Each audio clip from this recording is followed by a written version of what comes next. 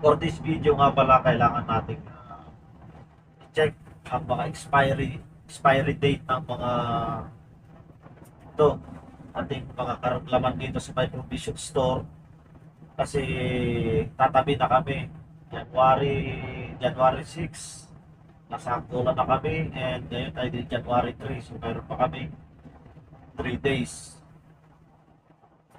So kailangan namin i-check itong mga provision namin, lalo itong mga kinakain, kasi pag na-check ng custom ito na mayroong expiry, so expired na, so magbubulta itong barko, magbubulta yung may-ari ng barko. So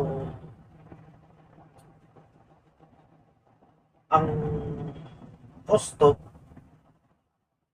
pag kahit na hindi sila, kahit kami hindi taga rito sa kanila, so pinapangalagaan pa rin yung mga seafarers na nagtatrabaho na hindi makakain ng mga expiry, iiwasan pa rin yung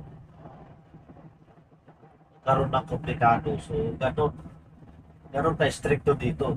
So kailangan mo siyang i-comply, kailangan mo siyang sundin para hindi ka ma-detain ng barko o magkaroon ng multa.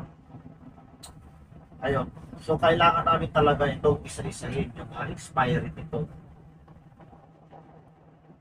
Kahit na sabihin natin na okay pa, so kailangan itapon to talaga, itatapon namin, kasi yun na, pag-expire, para iniwasan din nila na hindi na makain ng food. So, yun lang ang topic natin ngayon, kailangan natin check lahat. Sabagay, kahit naman hindi kami tumatabi, monthly inspection pa rin ito na ginagawa namin na nag-check ng mga provision. Share ko lang din, kunting kaalaman para sa mga hindi nagbabarko na ganito pala yung buhay natin dito sa yung mga to, breast milk, kunti lang ang buwan ito eh. Dali lang ito ka-expire. So, ayun.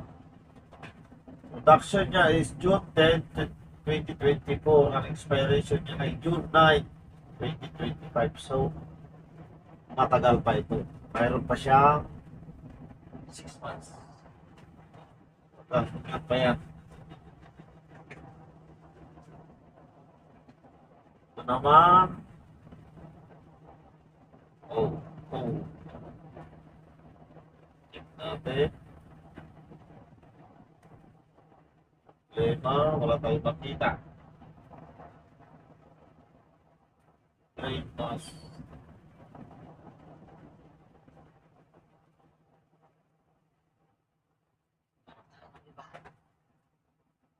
Kita mo naman ito sa gilid ng pan. Ayun.